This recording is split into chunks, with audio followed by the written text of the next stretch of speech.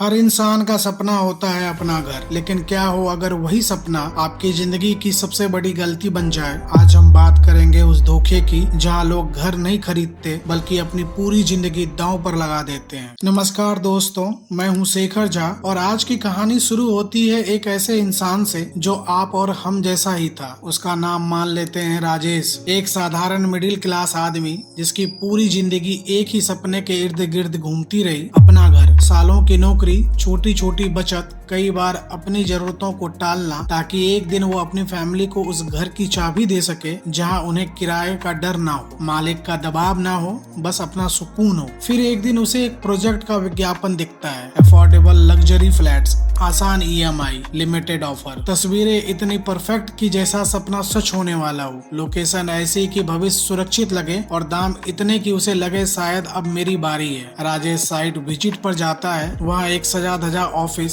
Smart लोग, फाइलों में बंद कागज और हर सवाल का तुरंत जवाब। उसे यकीन दिलाया जाता है कि ये मौका दोबारा नहीं मिलेगा। अभी बुकिंग कराओगे तो फायदा होगा, बाद में कीमत बढ़ जाएगी। वो सोचता है रिस्क तो है, लेकिन सपना इससे बड़ा है। और यहीं से वो धीरे धीरे वो अपने जीवन की सबसे बड़ी कमाई उस प्रोजेक्ट में डालने का फैसला करता है, बिना ये समझे कि जो कुछ उसे दिखाया जा रहा है उसके पीछे कितना सच है और कितना सिर्फ भरोसा बनाने का खेल। आपको पता है एक फैक्ट्स, मिडिल क्लास हो या पढ़ा लिखा इंसान, हर कोई इस जाल में फंसता है। उसको अलग अलग तरीकों से, अलग अलग रूप में, अलग अलग डिजाइन से दिखाया जाता है और बस यहीं से खेल असल में शुरू होता है। राजेश जैसे ही पहला कदम बढ़ाता है, उसे हर तरफ से वही चीजें दिखाई जाने लगती है जो उसका भरोसा और मजबूत करे। ऑफिस में बैठा सेल्स मैनेजर उसे मुस्कुराकर बताता है कि सर आप बिल्कुल सही टाइम पर आए हैं, ये प्रोजेक्ट कुछ ही दिनों में सोल्ड आउट होने वाला है। दीवारों पर लगे सर्टिफिकेट, फाइल में सजे हुए कागज और हर सवाल का तैयार जवाब, सब कुछ इतना परफेक्ट कि शक करने की गुंजाइश ही ना बचे। उसे बार बार ये एहसास दिलाया जाता है कि वो कोई जोखिम नहीं ले रहा बल्कि एक समझदारी भरा फैसला कर रहा है। उसे दूसरे बायर्स की कहानियां सुनाई जाती है, नकली प्रशंसा पत्र दिखाए जाते हैं और कभी कभी तो साइट पर ऐसे लोग भी मिल जाते हैं जो खुद को पहले से सेटिस्फाइड कस्टमर बताते हैं ताकि राजेश को लगे कि वो अकेला नहीं है। फिर धीरे धीरे प्रेशर बढ़ाया जाता है, सर अगर आज बुकिंग नहीं की तो ये प्राइस फिर नहीं मिलेगी, अगले फेज में रेट बढ़ जाएगा, लास्ट फ्यू यूनिट्स बचे हैं। और इन सब के बीच राजेश का सपना, उसका डर और उसका भरोसा, तीनों मिलकर उसे उसी दिशा में धकेलते रहते हैं जहां स्कैमर्स उसे ले जाना चाहता है। वो बुकिंग अमाउंट देता है, फिर एग्रीमेंट की बात होती है,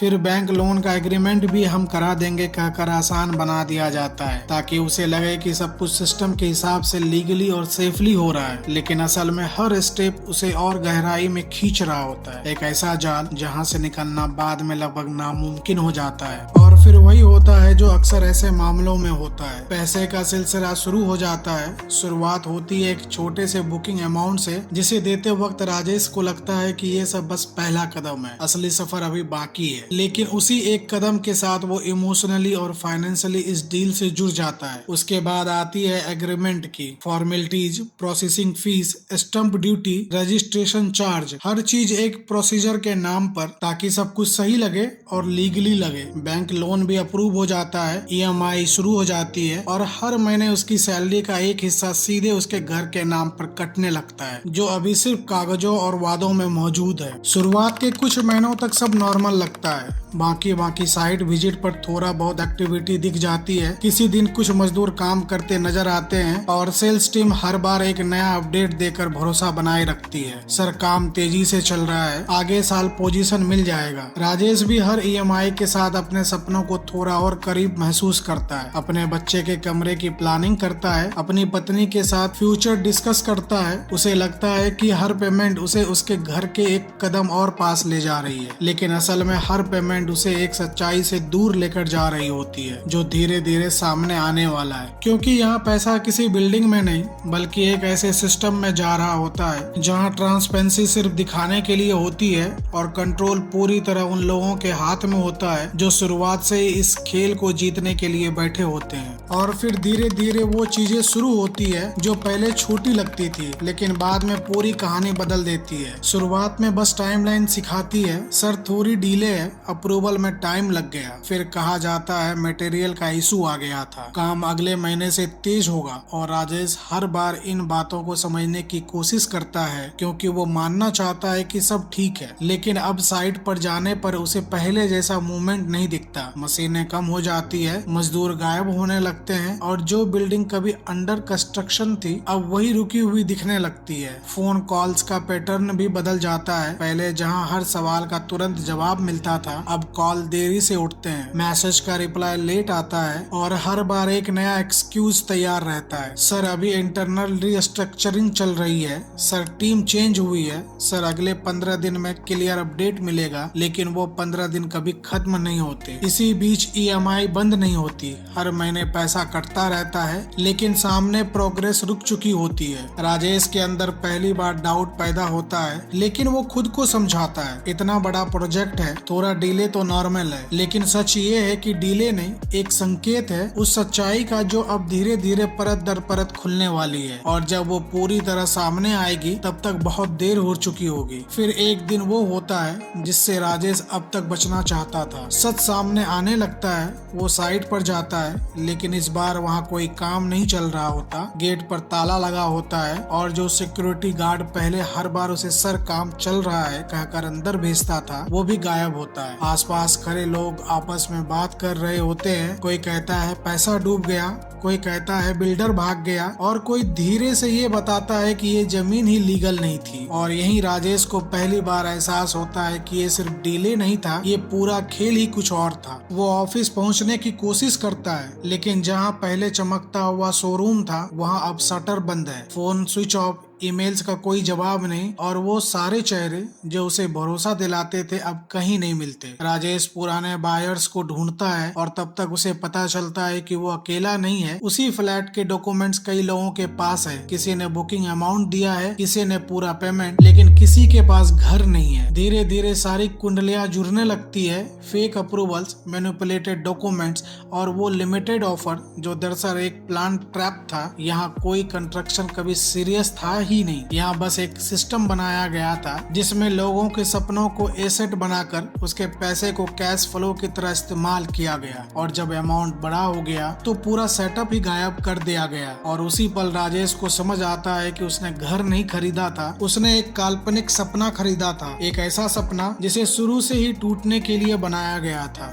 और यहीं से कहानी सिर्फ राजेश की नहीं रहती बल्कि उस पूरे सिस्टम की परतें खुलने लगती है जिसमें ऐसे धोखे पनपते हैं। असल में ये कोई एक चाल नहीं होती, ये कई छोटे छोटे स्टेप्स का मिला जुला खेल होता है जहाँ शुरुआत होती है अधूरी या संगीन जमीन से जिस पर या तो प्रॉपर ओनरशिप क्लियर नहीं होती या अप्रूवल्स पूरे नहीं लिए गए होते, लेकिन कागजों में सब कुछ कंप्लीट दिखाया जाता है। पोस्टर और प्रेजेंटेशन में वही तस्वीरें दिखाई जाती है जो बायर्स देखना चाहता है और लीगल लैंग्वेज इतनी कॉम्प्लेक्स रखी जाती है कि एक आम इंसान बिना एक्सपर्ट के समझ ही नहीं पाता है कि वो किस चीज पर साइन कर रहा है। फिर आता है फंड डाइवर्सन का खेल। बायर से लिया गया पैसा उसी प्रोजेक्ट पर खर्च होने के बजाय दूसरे प्रोजेक्ट में या पर्सनल अकाउंट्स में घुमाया जाता है जिससे ग्राउंड का काम रुक जाता है लेकिन पेपर वर्क्स में प्रोग्रेस दिखती रहती है। कई मामलों में एक ही प्रॉपर्टी मल्टीपल बायर्स को बेच दी जाती है क्योंकि सिस्टम में ट्रांसपेरेंसी नहीं होती और वेरिफिकेशन की जिम्मेदारी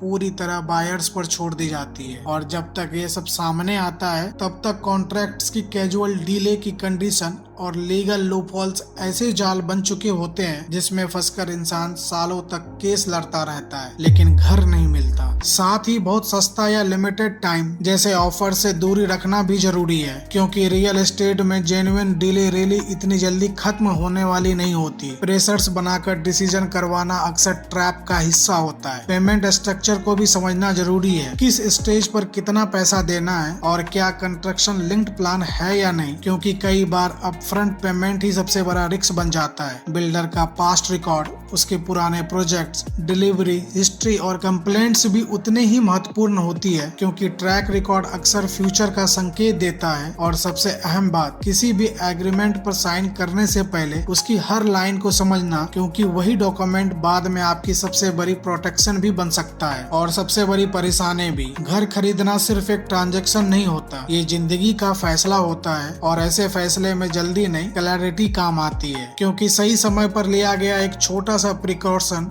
उसको उस गलती से बचा सकता है जिसकी कीमत पूरी जिंदगी चुकानी पड़ती है। आखिर में जब शोर थम जाता है तब बचती है सिर्फ खामोशी। राजेश के हाथ में अब भी वही फाइल है, कागज पूरे हैं, सिग्नेचर भी है, EMI अब भी हर महीने कट रही है, लेकिन घर नहीं है। जो जगह कभी उसके बच्चों के सपनों से भरी थी, वहाँ आज सन्नाटा है। किराए के घर में लौटते वक्त उसकी आंखों में सिर्फ एक सवाल होता है, गलती कहाँ हुई? और जवाब सीधा है, गलती सपने देखने में नहीं थी, गलती थी उस भरोसे में जिसे बिना परखे सच मान लिया गया। क्योंकि इस दुनिया में सबसे महंगा नुकसान वो नहीं होता जो बैंक से जाता है, सबसे महंगा नुकसान वो होता है जो इंसान के भरोसे से लिया जाता है। एक घर सिर्फ दीवारें नहीं होती, वो सुरक्षा होती है, सम्मान होता है, एक पूरी जिंदगी का आधार होता है। और जब वही आधार टूटता है तो सिर्फ पैसा नहीं, इंसान अंदर से भी टूट जाता है। और शायद इसीलिए ये कहानी खत्म नहीं होती, ये एक चेतावनी बनकर रह जाती है हर उस इंसान के लिए